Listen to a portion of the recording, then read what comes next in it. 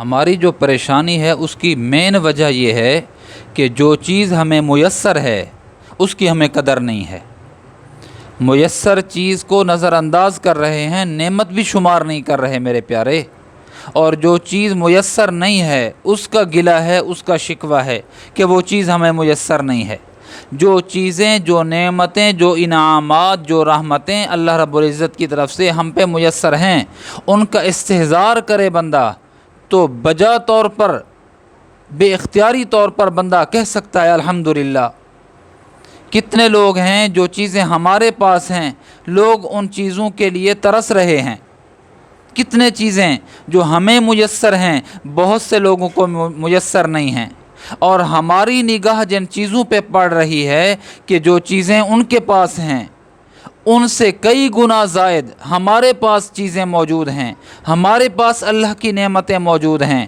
اگر اللہ پاک نے ان کو کوئی چیزیں عطا فرمائی بھی ہیں، ہمیں ان نعمتوں کی جانب تو توجہ جاتی ہے میرے پیارے، لیکن کن چیزوں سے وہ لوگ محروم ہیں اور کن چیزوں کے وہ متلاشی ہیں، اور کون سی چیز ان کے دل کے اندر ایک حسرت پیدا کر رہی ہے، کن چیزوں کی حسرت ہے ان کی جانب ہماری توجہ نہیں جاتی، ہمارا التفات نہیں جاتا۔ کتنی چیزیں ہمیں میسر، ان کو میسر نہیں ہیں۔ میں نے پہلے بھی ایک مجلس میں عرض کیا تھا بہت پہلے کہ ایک بندہ میرے ساتھ بیٹھا ہوا ہے اور وہ کہہ رہا ہے مولانا گاڑی اللہ دے دے، گاڑی نہیں ہے، موٹر سائیکل پہ سفر کرتے ہیں، گاڑی نہیں ہے۔ میں نے کہا اللہ کا شکر ادا کرو، اللہ کا شکر ادا کرو کہ اللہ رب العزت نے ہمیں موٹر سائیکل تو عطا کی ہے۔ ہم جس کے پاس ملنے جا رہے تھے وہ آ رہا تھا اتفاقاً۔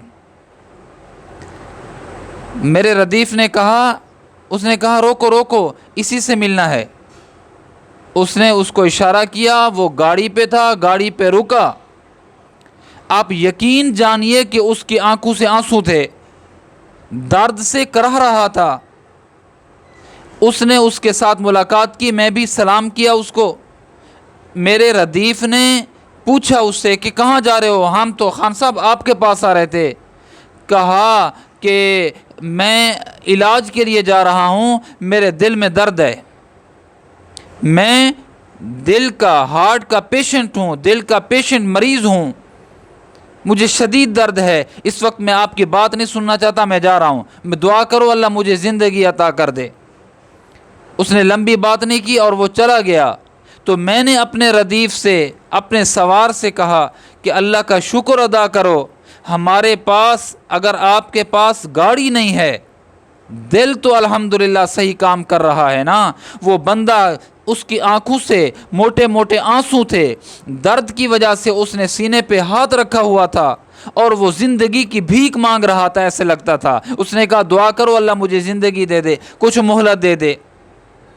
میں نے اپنے ردیف سے کہا کہ اگر آپ کے پاس کار نہیں ہے، سواری تو ہے نا اللہ رب العزت کی طرف سے آپ کو ملی ہے، کار نہیں ہے نا، جس کے پاس کار ہے اس کو دل کا عارضہ ہے، وہ زندگی کی بھیک مانگ رہا ہے، تمہیں کار دے دی جائے اور تمہارے دل میں درد اللہ پاک پیدا کر دیں، بتا تو کار مانگے گا یا دل کے درد کا علاج مانگے گا کہ دل کا درد نہ ہو؟ کہا کہ دل کا درد نہ ہو یہ اللہ سے مانگوں گا۔ میں نے کہا اس پہ اللہ کا شکر بنتا ہے کہ دل ہے اور تو ہارٹ کا پیشنٹ نہیں ہے۔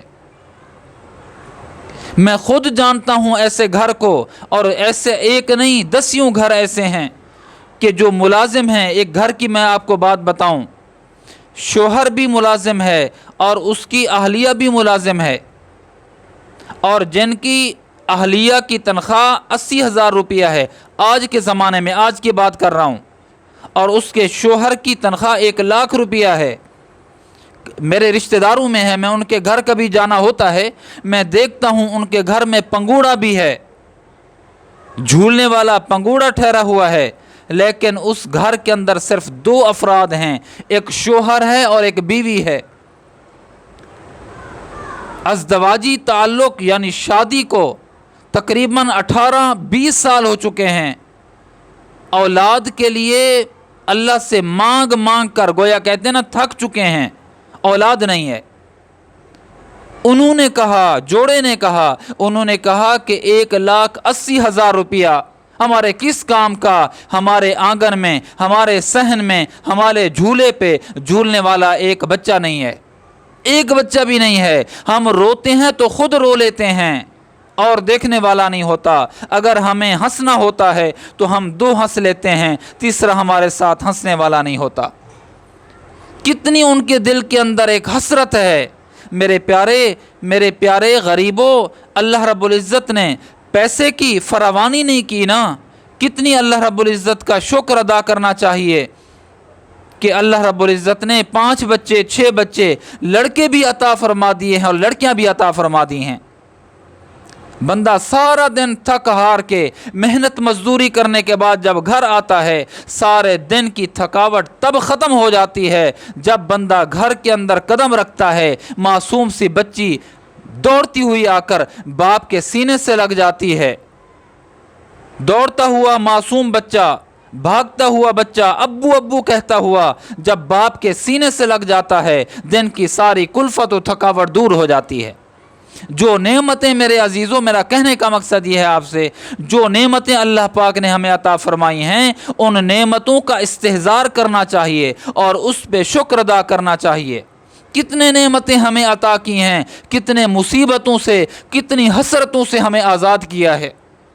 ہمارا خیال ان جانب جاتا ہے جو چیزیں ہمارے پاس نہیں ہیں، ہمارا خیال لوگوں کے ان چیزوں کی جانب جاتا ہے جو ان کو میسر ہیں، اور ان چیزوں کی جانب ہمارا خیال جاتا ہی نہیں ہے جو حسرتیں انہوں نے دل کے اندر پالی ہوئی ہیں۔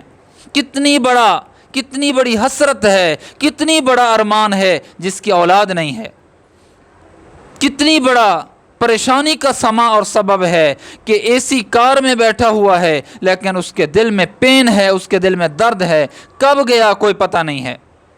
اگر میں گنوانے لگ جاؤں تو موضوع بالکل لمبا ہو جائے گا کہ کتنی نعمتیں اللہ نے ہمیں عطا فرمائی ہیں۔ ان نعمتوں کو دیکھتے ہوئے کہہ دینا چاہیے اللہ تیرا شکر ہے، اللہ تیرا شکر ہے، اللہ تیرا شکر ہے۔ کتنی حسرتوں سے ہمیں بچا لیا، ہمیں مالی طور پر کمزور کر دیا نا، اللہ تیرا یہ تو شکر ہے کہ کتنی نعمتیں ہمیں عطا فرمائی ہیں۔ لوگ جن کا خواب دیکھتے ہیں، لوگ جو مانگتے ہیں، لوگوں کے دلوں میں حسرتیں انہوں نے اپنے دلوں میں پار رکھی ہیں۔ اللہ تیرا شکر ہے کہ تو نے ہمیں بہت سی نعمتوں سے مالا مال فرمایا ہے۔